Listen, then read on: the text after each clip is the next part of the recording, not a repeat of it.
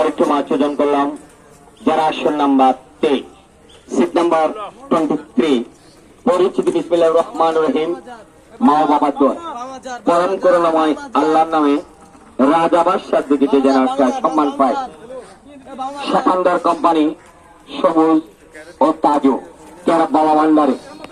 এইমাত্র আমরা ওনার যে মাছ ওজন করলাম ওনার মাছের ওজন 2220 গ্রাম 2 কেজি 220 গ্রাম ব্ল্যাক কাপ